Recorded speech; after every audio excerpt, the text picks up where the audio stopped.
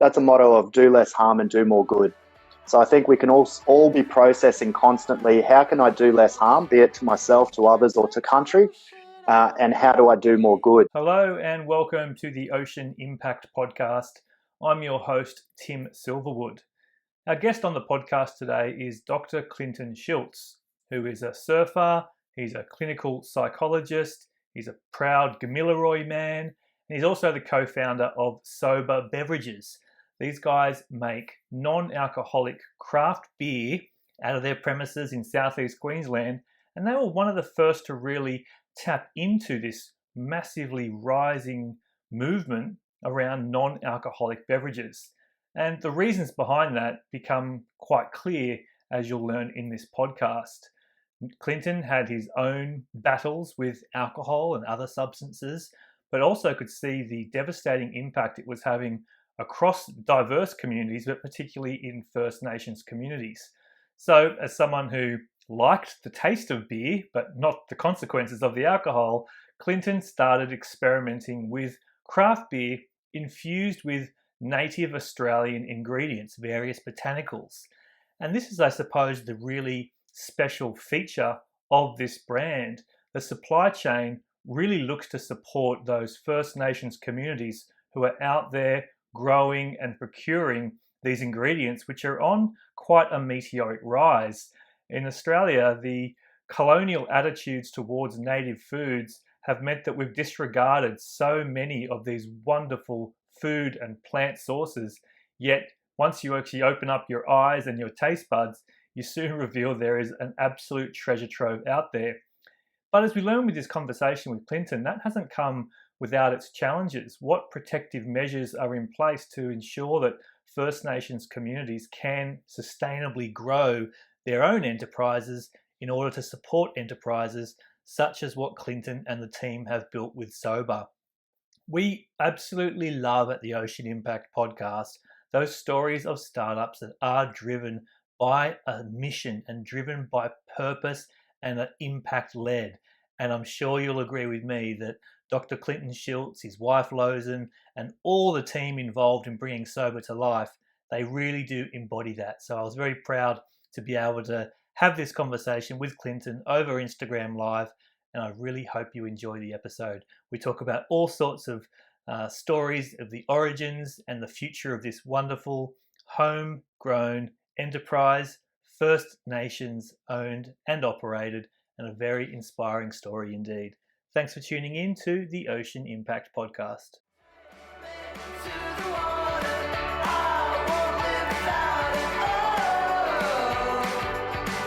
Take the ocean out of me. G'day, mate.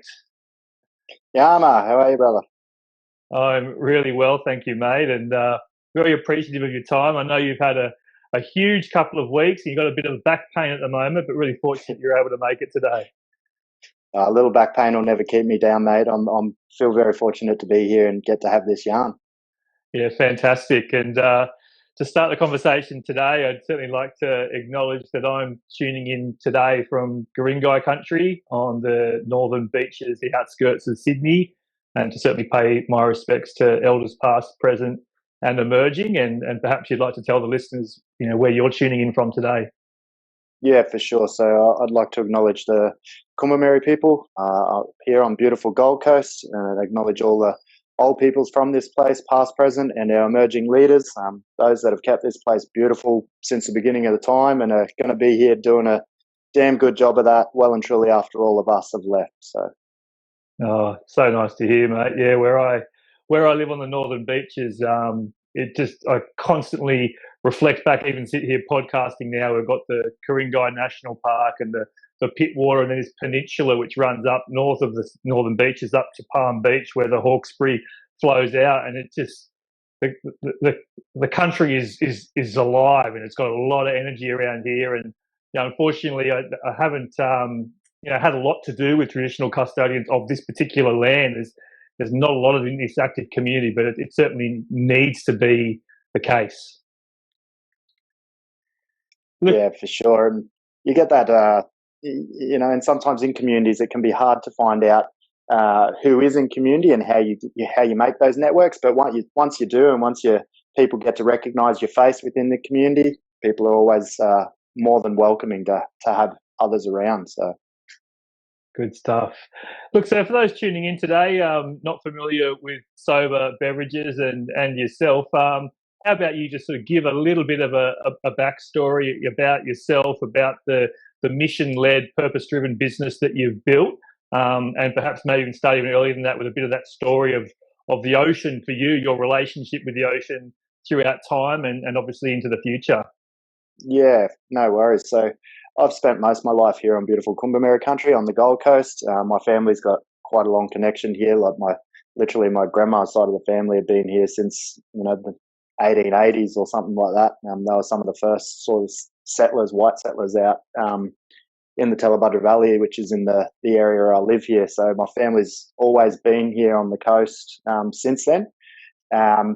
And both myself and my brother have been very fortunate that we've, got to spend most of our teen and adult lives enjoying all the wonders of the Gold Coast. And obviously that means we're avid surfers. We grew up surfing every single day, and the ocean's really just been a healing and grounding tool for me for most of my life. And it still is. And I think sometimes we forget just how healing just being in the ocean actually can be. There's been times where I've had some really tough stages in my life, and a lot of people are quite aware of my story, and I'll tell some of my story on here. But, there's been times when I've just paddled out in the ocean and I've paddled 10 meters past where everybody's sitting, and I'll just sit out there and have a cry because it makes me feel better. And, the simplest way for us to heal is to actually have a cry, and if that salt water's just going in all that salt water around me, then it's a beautiful thing. So I don't really sit out there and think about what people are thinking. If I'm doing that, I'm just sitting out there thinking what's going to help me to heal in this moment. So that's always been something that I've utilised and hope to continue to be able to do, and hope that my kids will use throughout their lives, because now they're fortunate enough to grow up in this beautiful place. Being the Gold Coast, it hasn't always been I haven't always been so centered and grounded, I guess. I grew up thinking that the Gold Coast party lifestyle was the way that you were supposed to live. So I'd go surfing all morning, go to work all day, come home, go surfing again, and then I'd just go out partying all night. And that was pretty much my schedule for many, many years. And, it sort of got to a point where things had got really out of control. And so I completely stopped drinking about 7 years ago. 7 years ago, come this Christmas. And that was really just because I wanted my kids to have an opportunity to learn something different, to learn that, alcohol's not actually normal, that you don't actually need it to socialize, that we shouldn't actually have it at every single social event that we're at. Like, even most of the surf events I've ever been to, be it here in Australia, or I was fortunate enough to travel overseas and do some comps overseas in my younger days, and they were all sponsored by alcohol brands. So all they became was massive piss ups rather than what I was actually there to do, and that was to surf. And yeah, as I said, I just didn't want my kids to think that that's what life is about. So I made a decision to stop drinking. But unfortunately for me, I freaking love beer.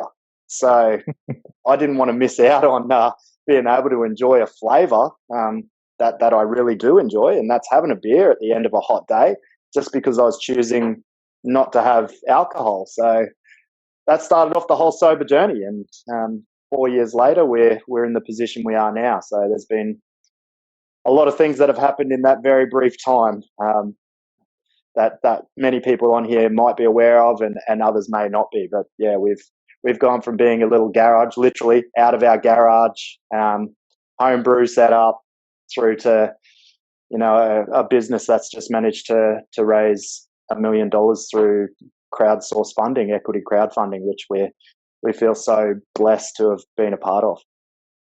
Yeah, that's definitely going to be something that our Ocean Impact Organisation community are really keen to learn more about. Equity crowdfunding has just burst onto the scene in recent years, and what a remarkable experience to be able to open up the opportunity for people that believe in the business, believe in you, the team, the values and the mission, and to become, co-owners of that, and to support you through this very exciting next phase of your journey.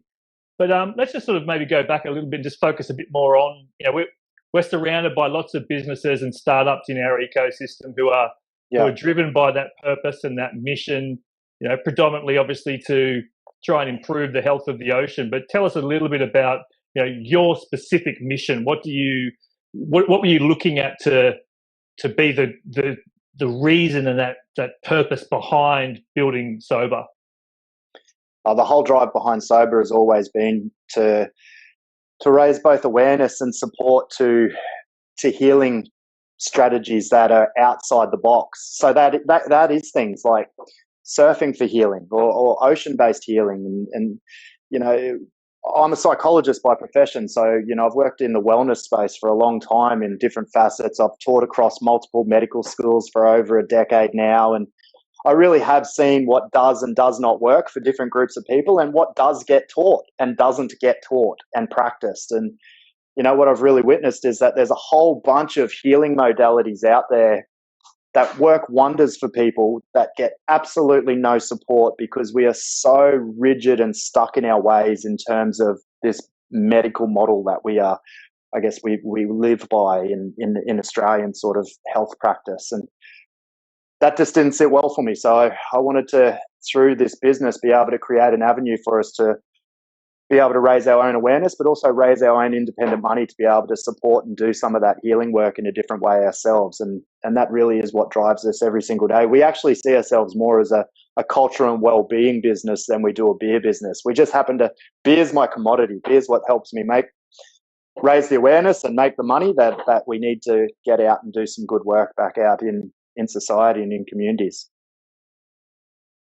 Great. Maybe you could talk a little bit then about being an Aboriginal owned and operated company, and maybe give us a bit of a glimpse at some of the challenges out there for Aboriginal owned and operated companies. What support networks are out there to help build companies that do want to make sure they're not only supporting their staff, their teams, the community surrounding them, but also a big part of your business is actually driving awareness of native bush foods and bush tucker, and opening up a huge amount of opportunity in the supply chain to fulfill the product that you create. Being a First Nations business I'm not going to lie, it's been difficult. It's hard to gain support. There's a lot of programs out there that are labelled as First Nations business support programs, but when you start going through a lot of them, you realise that there's actually not a lot of support in them. They often support a whole bunch of other organisations that are running their little base level business management or financial literacy type programs, but that actually doesn't do much to help First Nations entity and businesses that know how to run a business but just need the support to grow. So it has been difficult. There is still discrimination out there, and literally, we had I find it funny these days. I didn't find it funny when it happened, but I find it funny when I reflect back on it these days. We had one of our sales rep go out here on the Gold Coast, probably about 9 months ago now, and he went into a retailer, and he basically, when he was trying to sell the product to the owner, the guy looked at the Aboriginal flag and was like, "Well, this isn't for me." And that was it. We were cut out. Didn't want to know anything more about the product or what we stood for or what we were trying to achieve. Just bang, that was it. Seen a flag and was like, "No, that's not for me." So, as a nation, we can sit here and we can try and pretend that racism and discrimination doesn't exist and that it doesn't have an impact on people and that we all live in this equal playing field. But as a First Nations person, and I'm sure many other people from minority backgrounds would agree, that's not the lived situation for many of us. So it has been difficult. But I'll tell you right now, doing this equity crowdfunding has been an absolute blessing for me, because it's actually shown how many really good-willed non-Indigenous people are out there who want to support First Nations business. And it's turned out it's been the best way for us to find those people, because it was just so hard to try and do it before. So by doing this, I guess it allowed us to target our approach and for those people that shared our vision, shared our values, to be able to connect. And that's been a beautiful journey. Yeah, I was really pleased to read in some of those interviews since the success of that equity crowdfunding campaign that was a sentiment that was really strong to you. Not that I get the impression that, that obviously means a lot to you, but you've been busting down the doors for quite a few years now, and you would have kept doing so, but it must be a really great feeling to have opened up those arms and seen such a flood of people coming through. Was it over 500 new co-owners? Yeah, 569 new owners of Sobah we got. And I was saying to somebody earlier today when they were asking me about what this journey's been like and what it means to me, and I said, this is reconciliation in action. I've just helped to decolonize 569 people in our own little itty bitty way, because these people are buying into our values as a First Nation business and as First Nations peoples. And that we were very open. This is what we do. This is who we are. This is how we intend to run the business. And if this is what you agree with, we want you on our journey and we want to share. And so for me, that has been one of the most rewarding things out of this process, is to be able to go, you know what, we're actually playing our little part in this whole process of bringing people together. Yeah, look, and congratulations for that. I'm so pleased that it's giving you that and the whole team, but it's also just great that it just is, and it should be the absolute norm. So let's sort of cheers to that. I've got actually one of your brews here now. So cheers to that. As I do too. Look, what are you? You're on the left. Yeah, on the finger lime cerveza. Yeah, I'm on. I've got a lemon aspen pills in my hand, so cheers. So, yeah, tell us a little bit more then about the beer, because obviously, craft beer's been huge in recent years, but, you were a non-alcoholic craft beer, and I believe the real pioneer in Australia. But, the distinct difference between you and potential other competitors is the use of these native ingredients, and obviously that story and that connection. So how did this sort of come about? Tell us why you went into beer making in the first place, and shows the way you went to make it. Yeah, so as I said, I stopped drinking, but I love beer. So my answer to that problem was to start making beers for myself. So Sobah's really become, a business or a company now that is a culmination of everything that both myself and my wife Lozen have had the opportunity to learn in our lives, both personally and professionally, and to bring it all under sort of one banner and one roof. So I was a chef in my previous lifetime. That was my first sort of career path, and so I've got a good understanding of both food profiling and food science. I grew up home brewing with my granddad from when I was about 6 years old, so this was nothing new to me, the process.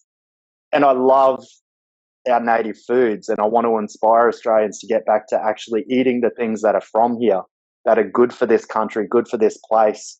And I think the more that we can do that in whatever little way, the better we actually playing our own little parts in caring for country, which is obviously an important part of who we are as First Nations people, but as shared custodians of this land, it's a role and responsibility that hopefully everybody can understand their place in. And so using native foods and normalizing native foods in whatever way we can, I think helps that progression. So we wanted to ensure that when I was making these beers for myself, I started infusing different native foods in them. And then we're like, well, this kind of this tastes pretty good. I'm enjoying it. Hopefully other people will enjoy it. And we had a small food truck at the time that we were doing all native and traditional food inspired foods out of. And I was just literally selling Sobah. It wasn't even called Sobah back then. It was just, we had this non-alcoholic native infused beer that we were selling out of a kegerator in our food truck as a bit of a gimmick, really. And because it was non-alcoholic, I didn't have to worry about licensing or anything. And we kept getting people asking for takeaways, and people would rock up with literally dirty, empty water bottles, Coke bottles. Every now and then somebody might come with an actual growler to get takeaways. And that got the cogs turning of us thinking, well, maybe there was something in this. Maybe there was an opportunity to make this its own standalone thing, which then allowed us to then broaden our perspectives in terms of, okay, what do we want to do with this if we are going to go down that path? So we really started to focus in, okay, what are the social responsibility factors that we really want to be able to focus in on and bring attention to. Amazing. So, yeah, run us through a little bit of that 4-year journey then now, and where you are at now on that journey. I can imagine it's been a pretty lively one, and it's obviously got a pretty rich future ahead. Yeah, so we're just in the processes of finalising contracts for the property where the new brewery and precinct will get built, Sobah HQ or whatever we end up calling it. Our spiritual home, which will bring everything that we are as a company under one roof, including all our small and medium batched brewing. So we'll be able to expand our experimentation and use of different natives in what we do, and that's something that we're pretty passionate about because that helps us support different communities around the country as well. We've just finished off the Birchal raise that we did, and we did that in 10 days. We managed to raise, the $1 million, which was twice the target that we'd originally set. So we're absolutely stoked about that. But that now means we've got to start actually putting all the things that we promised people we were going to do into place. So we've got a busy few months coming up now. Now that we know we've got the money, we've got the resources, all these plans that we've actually had for the last sort of 18 months, we can start putting into place and getting some progress to happen. And that's going to be amazing because it's been a long journey. The last 18 months, things have seemed to happen really slow, and now they're all going to happen really fast. So we're looking really forward to the next 12 months. We'll continue to grow the business. We've got a lot more distribution avenues open to us here in Australia present, but also internationally. So we're looking at how we do that. But then at the same time, how do we ensure that,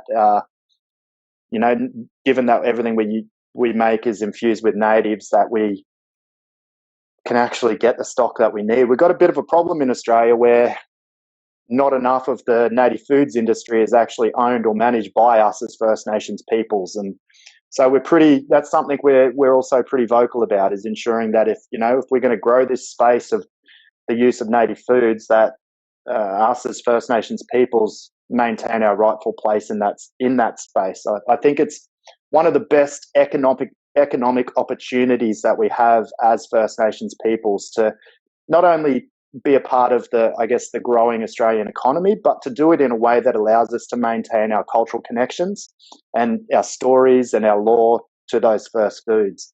And they're something that are very specific to us as First Nations peoples. To many other people, they're just products. To us, they all have a story. We all have connection to those foods, those things. So I think it's important we educate people on that, but then people are willing to allow us our space in that industry.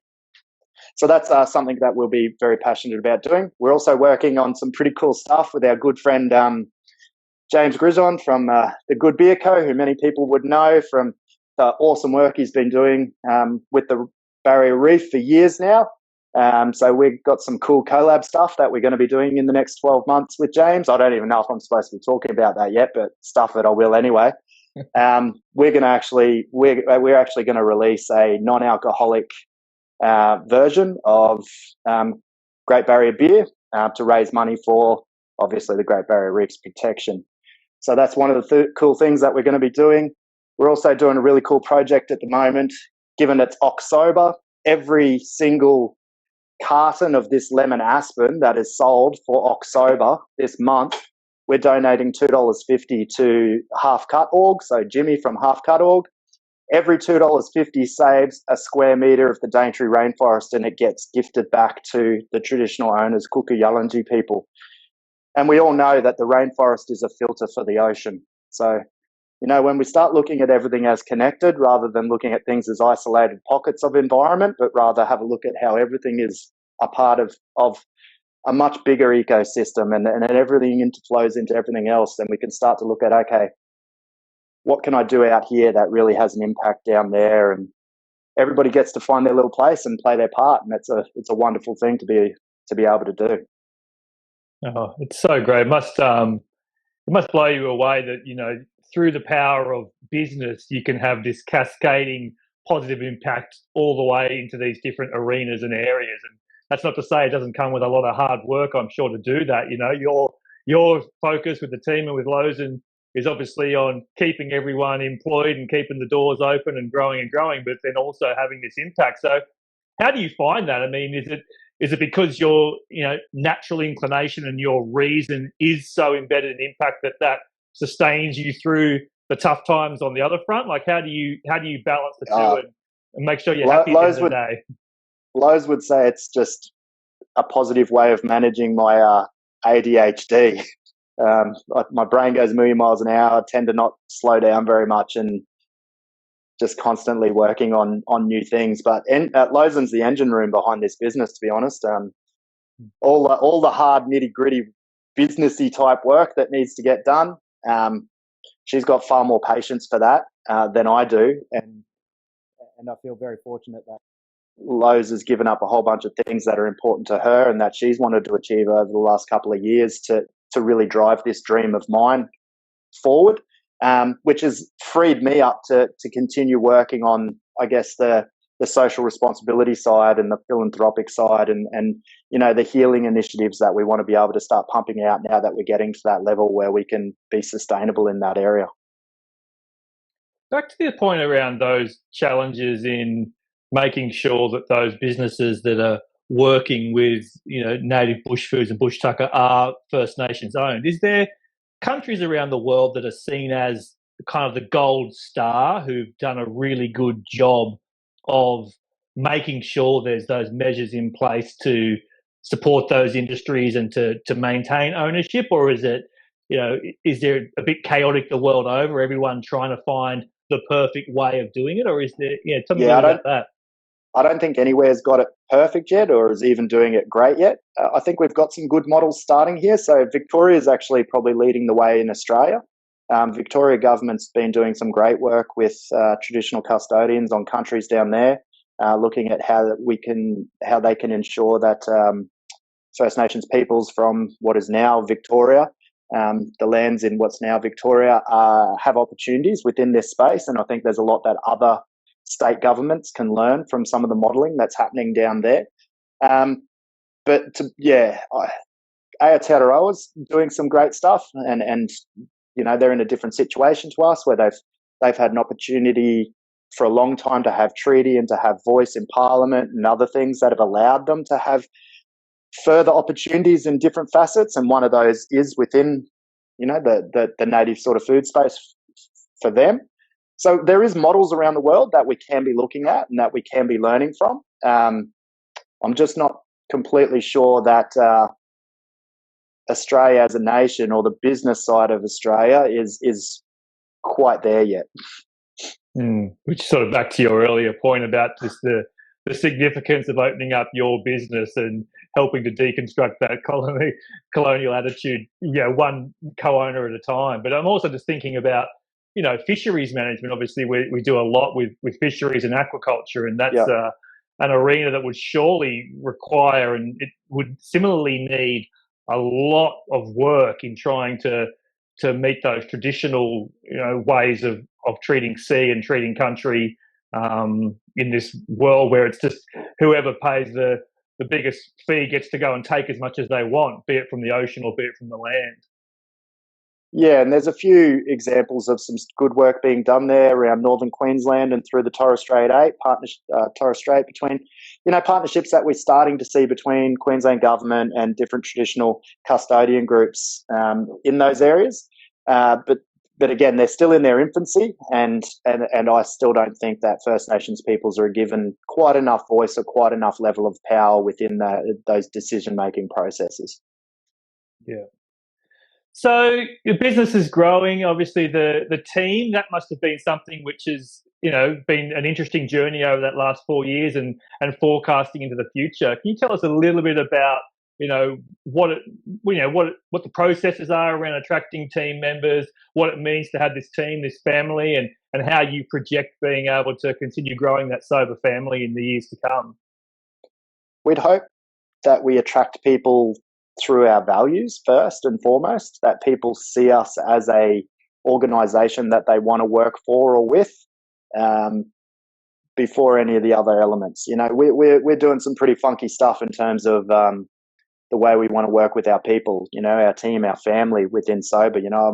I'm a true believer in that we can be a lot more equitable in the way business is done, particularly in Australia. And so we're trying to incorporate a whole bunch of initiatives in terms of, working with our employees in a more equitable way that a lot of other people from the business world would think were just batshit crazy, to be honest. But again, when people tell me I'm crazy or that things aren't going to work or that I can't do them or I shouldn't do them, I tend to go out and do them and prove them wrong. Yeah, it's led me to getting a PhD, and it's now going to lead me to rearranging the business world in Australia. It's really exciting. And obviously, just back to the non-alcoholic beer market, I mean, have you been surprised in the last, you obviously live and breathe this stuff and have done for, probably over 7 odd years now, but has it surprised you, just particularly when you see the big guys, the big global multinationals jumping on the bandwagon, so to speak? Or is that something that you've been expecting and anticipating for quite some time? Doesn't surprise me at all. To those big companies, a gap in a market is just a gap in a market, and they're quite happy to fill it. There's no value set or ethics or morals that goes behind it. It's all an economic equation. So we always knew that all the big multinationals would jump on board at some time. What is interesting is that, we were ridiculed by pretty much anybody and everybody in this space 4 years ago, and now there's a whole bunch of people trying to jump into it. So that's pretty entertaining to have been a part of. But at the end of the day, having variety is good for business. Not everybody's going to enjoy our products. That's completely okay. But if people have got more choice is an amazing and empowering thing. So I'm still a supporter of that. And speaking of, being that pioneer, so one of the outcomes of the Birchal investment raise is that to build this brewery and a brew cafe that am I right, will be the first sort of non-alcoholic brewery in the country? As far as we're aware, and as long as we can get it done before anybody else actually does. I know there's a few that are planning similar things. We should hopefully have Australia's first all-purpose non-alcoholic craft brewery. Yeah, fantastic. And I can just picture it now with the incredible atmosphere and energy surrounding that. And I've got to taste some of this food that you're putting your hand to as well, mate. You're no doubt going to have some incredible food available too. Yeah, we're going to put a native foods cafe in. We thought there's no point us having a brew pub. We're non-alcoholic. We want a family-friendly and inviting environment where we're doing. So we thought it'd be pretty cool to have a brew cafe instead. And everything in that cafe will be cooked with or infused with, and really showcasing different native foods. What are some of your favourites, and for people out there across the world or in Australia, what are some of the just remarkable flavours that just so deserve to be on the shelf in restaurants and cafes and homes across this country? What are the ones that really just light you up? For me, it's some of our proteins. Our proteins here are generally, like our game meats, are so high in protein, so low in fat, so much better for us than pretty much any of the introduced meats we bring in, but just so much full of flavour. And it doesn't matter if it's kangaroo, emu, crocodile, they're just amazing. So I really enjoy a lot of our proteins that we have here. But then things like that a lot of people wouldn't even consider, like strawberry gum, for instance. I love strawberry gum. It's almost like it's a gum leaf. Literally, it's a gum leaf, but you cook with it and all of a sudden it's like strawberry bubble gum. It's amazing. So that's an example of one that it infuses as opposed to you actually eating the leaf itself, or you can eat the leaf. Yeah, you can mill it up and then include it through your cooking when it's milled up. Obviously, if you've got a whole leaf in there, you don't want to be chewing on a whole leaf. But yeah, you generally just mill it up, grind it up, and then put it through your food, and it tastes amazing. Same as, we make an aniseed myrtle stout. No, I love licorice, so the aniseed myrtle just gives this amazing licorice flavour. And again, it's something that most people wouldn't even know and it's all over the place here, across the eastern seaboard, and most people that just walk past it a lot of the time wouldn't even recognise that it's an edible plant. So what other initiatives or movements are there? I mean, I've seen a lot in the sustainability space in recent years around foraging and wild weeds, potentially a lot of exotics. But what are the other really great avenues and opportunities out there that you see that really are bringing, much more exposure and awareness to the abundance of beautiful food that surrounds the different countries in Australia? To be honest, I really think it's been like some of the TV cooking shows that put an explosion in this.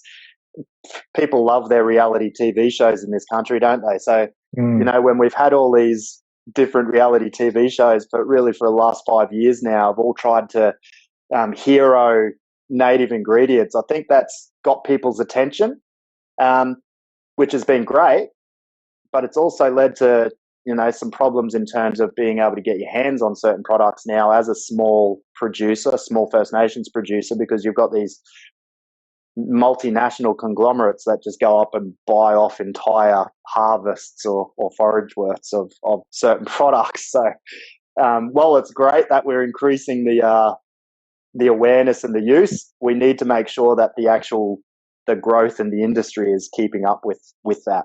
And as I said, making sure that as First Nations peoples, we get to have our rightful place within that. So yeah, I think that's really been the big boom, has been reality TV, to be honest. Yeah, and it's so the case, isn't it? That just with that burst of awareness that can come from some high-profile exposure, then everyone scrambles and the supply chain goes into disarray, and there's all these cascading impacts. I literally in the couple of years we had our food truck, like the first year was probably before all the reality TV shows started using natives. And some of the comments I used to get from people that had come up and go, "Oh my God, that's disgusting! I can't believe that you'd sell that." And there was some outrageous stuff that got said. So the attitudes from that first year to the second year, when all of a sudden there was about 3 different TV cooking shows all highlighting natives, was ridiculous. Everybody wanted to try it. Everybody wanted to give it a go. They just don't believe that the old blackfella that's telling them that it's edible is telling the truth sometimes. Yeah, and there's a bigger conversation there to be had about how easily influenced we all are, but we might leave that one today. Look, Clinton, over to you, just I guess for some closing words before we wrap these things up. It could be, some words of advice for other entrepreneurs out there who are trying to make their mark and create an impact-driven business of their own. Round it out with some thoughts from yourself. Yeah, so I guess what I'll leave people with is what we really use to drive us, and both in my personal life and in our professional life as a company. And that's a motto of do less harm and do more good. So I think we can all be processing constantly, how can I do less harm, be it to myself, to others, or to country, and how do I do more good? And I think when you apply that both in your personal life, obviously it's going to be beneficial, but when you start thinking about how do I apply that to business, when I'm thinking of a business, some remarkable things can come out of that. So it can be as simple as looking at, what am I going to use to make my products? Am I going to, or to store my products, or to travel my products, whatever. It's as soon as we start focusing on how do I do just a little bit less harm, and what good can I do, knowing that I've been in a privileged position to actually have a business, to have an opportunity to create something. And if I've got that, I may as well create something positive. Love it. Love those words, mate. Well, I've certainly enjoyed the journey so far, even though I'm only a newbie. I'm now a customer, a part owner of Sobah, and I feel really proud of that. And I just look forward to where it takes you and the rest of the team. So thank you for all your work, mate. We're stoked to have you on board, and thank you for the time. And don't forget, everybody, $2.50 from every one of the cartons of these this month is going to half carton. We're going to save more of the Daintree. Yeah, and what incredible news this week about that some big chunk of land up there being returned back to First Nations. Yeah, it's so amazing. Jimmy he and his crew do an amazing job. He is a special human, that one.